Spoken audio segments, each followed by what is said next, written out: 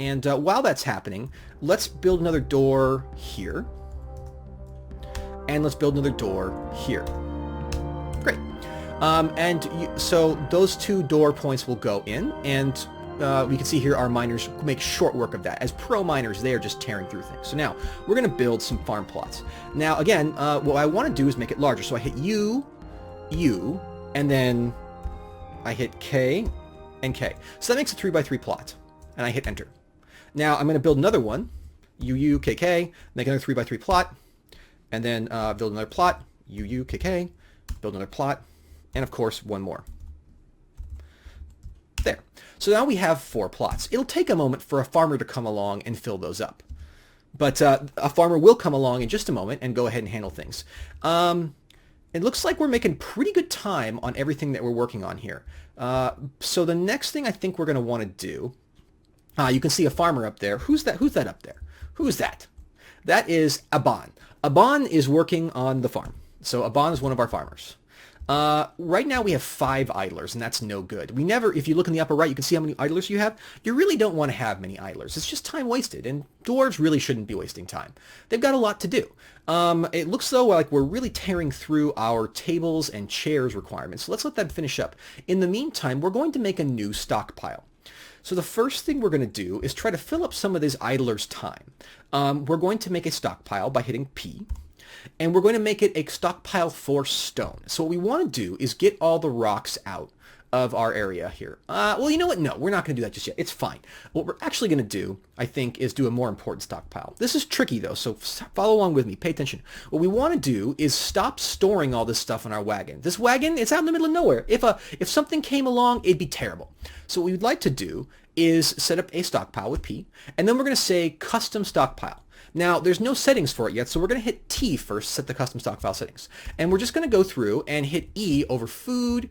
We're going to put it over ammo, coins, bars, blocks, gems, finished goods, leather, cloth, not wood, but weapons and armor. Basically everything interesting. Oh, also furniture and siege ammo. Basically everything interesting except for rocks, animals, wood, and stone, right? So we don't want to have like refuse and corpses as well. So now once we've got that set up, we go ahead and hit escape. And now we're going to hit C to set the custom stockpile. And we're going to fill up this whole room here as a custom stockpile. Now what that means is that basically the dwarves now treat this area like a treasure room. And that's good for us because they're going to want to move things. Now, we're paused right now, but the last thing we're going to do, now that we've done that and we have a place to sleep, is we're going to burn our bridges. We're going to hit Q while near the wagon. Now, one thing you can do with every building, if you so decide, is to break down the building. If you look in the lower right, X allows you to break down the building. So we could break down this workshop. We could break down this door. We want to break down our wagon. So, goodbye. Remove the building. Okay.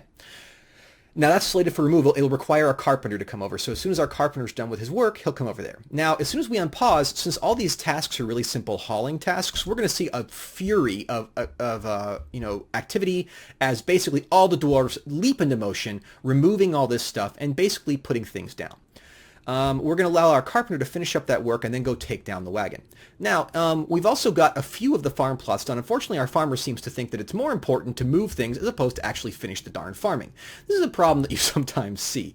So what we're going to do, I think, is we're going to take a look over here at these. Yes, so these are farm plots. We're going to hit Q again, and there's 3 farm plots basically done.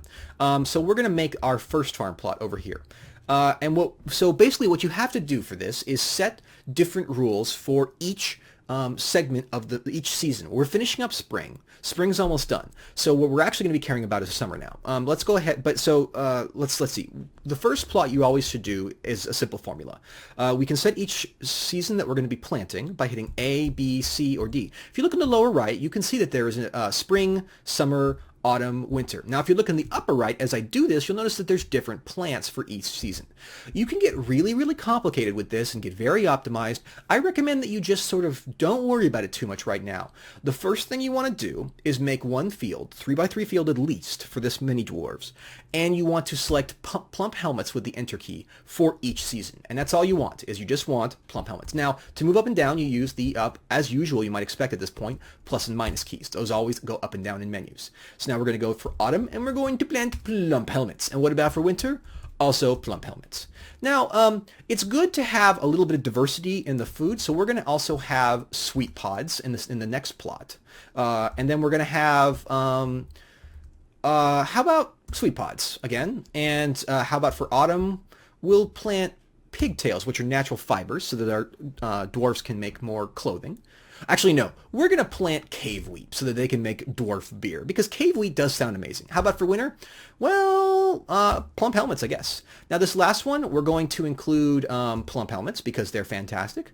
They can be used to make wine, and they're just a really good food. They're really, really solid, and they also have very high yield, so they're just a good thing to have. In the summer, though, I think that we're actually going to have, how about if we have sweet pods?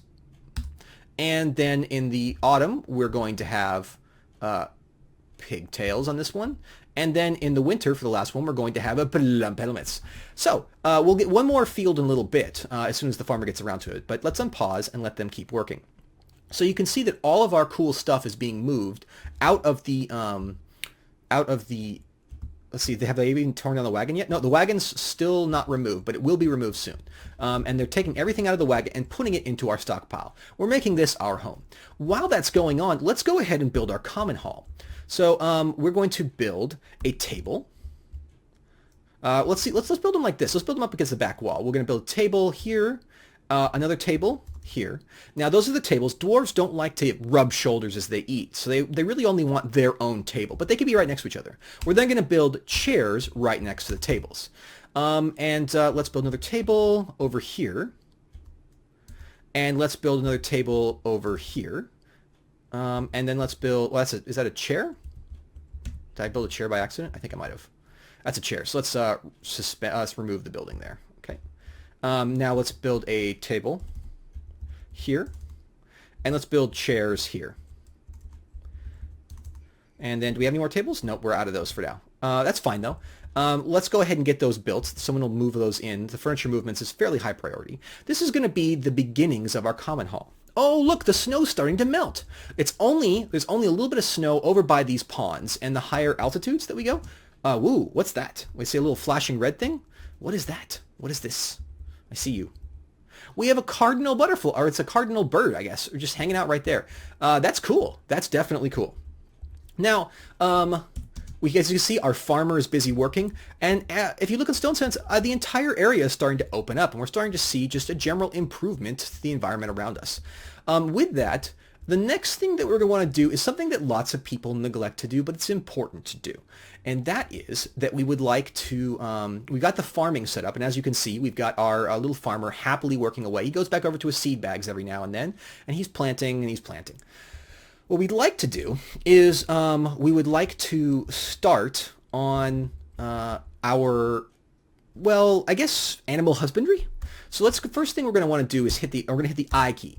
Now, animals actually graze, and so we want to make sure that the animals have good grazing grounds. Now, eventually we'll have to solve the problem of what do they do in the winter, but don't worry about that. We'll get to that problem eventually. We don't have to get to it right now. So what I'm going to do is designate a zone. Let's just make one like this. How about that? I just use the I key. Now you can tell what the zone is for. Right now, there's no assignments, but we're going to say that we're going to call this zone a zone for a pasture, or N. And then we're going to hit, bear with me. So now we have a zone, it's a pasture, but we haven't assigned any animals to it yet. It's important because sometimes you actually want to assign different animals to different pastures. For us right now, we're just going to hit capital N, and we're going to find with the plus and minus keys everything that's not a pet, and that's not a dog or a cat, right? And we're going to assign it to this pasture. Now, we got a donkey and a horse. The really cool thing about these animals is they're pretty well trained, and once the dwarves move them over there, they pretty much won't go around. There's a bunch of other stuff that we could do, but we're just going to go ahead and leave it like this. I'm going to hit escape, and now the dwarves are also going to know to lead the animals. And you can see already a bunch of animals are coming over there, and they're going to be let out, and they're just going to hang out in this nice area right next to the door, which I think is fantastic. I mean, it looks good. We've got food coming along. We've got all sorts of stuff happening. And as you can see, we've got some tables. We've got some more tables laid down, and we'll lay out some more soon. So we're going to add some tables. Let's add 3 tables and 3 chairs. So we have a nice big hall, right? well, if we hit Q and go over to this area over here, we can actually turn this into a dining room. So just pick any of the tables. We're going to size it up to the full size, and then we're going to make it a meeting hall with the H key. So, and then we'll also just say it's a free table. So you can see here, we can size it up like so. I'm sorry, make it a meeting hall with the H key. And there we go. So now what that does is it means that the dwarves, instead of hanging out kind of, you know, looking confused out here, they're going to hang out in that room. So you'll see that immediately some of them, as soon as they get bored, they're going to walk away and they're going to hang out in our room. And a bunch of the pets are going to walk in there now too, because, you know, they're bored and they want to hang out where their masters are. Their masters will feed them, so that's no problem. And, oh, look, we've got a dwarf. Welcome to the party, buddy. This is Toulon hanging out in this bed. So that's really cool. Why don't we find out more about Toulon? Let's see. If we hit the V key, we can find out all sorts of cool things about Toulon. Like, for example, Toulon's currently asleep, is a novice discipline, the minor. Yeah, all sorts of interesting things. We can even look at their profile, all sorts of things. Their status. We can enter their thoughts and preferences. Let's find out about Toulon Ukererith. I'm sorry, Toulon. I'm really butchering your name. You seem like a very fine person. She slept without a proper room recently, but that's being fixed. She's been satisfied with her work. She's talked with a friend. She's got to worship her. She's 75 years old.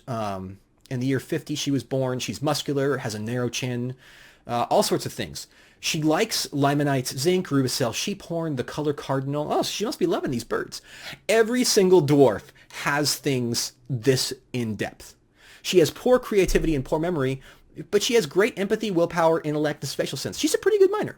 I love that stuff like this. The amount of detail that these dwarves have, if you want to go into it, is totally amazing. If you like fan fiction, here's you go. Toulon, everybody. All the things you can do. We can even see her relationships and see that she's worshiping someone. She's friends with several people in this expedition, but not everybody in this expedition, which I think is interesting. So all sorts of stuff is going on there. We found out all about Toulon, who's asleep. We could go over each one of these dwarves and have a good time with them. But as you can see, we're still pretty busy. All of our horses, our turkey gobblers and whatnot have been moved over. The next thing that we're going to do is we're going to start making an area. We're going to expand out by designating with D this hallway, right? And we're going to designate out a much larger room. The stockpile's right over there, right? But we also need an area for working. And when we say working, we mean like, you know, getting the dwarvy things done that we expect to get done. So there's another door, and we'll go ahead and have the miners dig that out.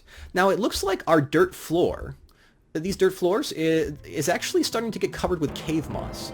Now, I don't know about you, and there's a little fungawood tree there. I don't know about you, but I'm kind of not a fan of that. So why don't we go ahead and actually, well, let's see, maybe we can do it. Why don't we solve that? Because it just really bugs me when we have like moss and stuff grow on the floor. I don't mind about it in the little foyer out here, this little foyer, because this is fine. This is a little cave, right? In here, the dwarves shouldn't be walking on cave moss and stuff. That's not professional. We're not, ugh.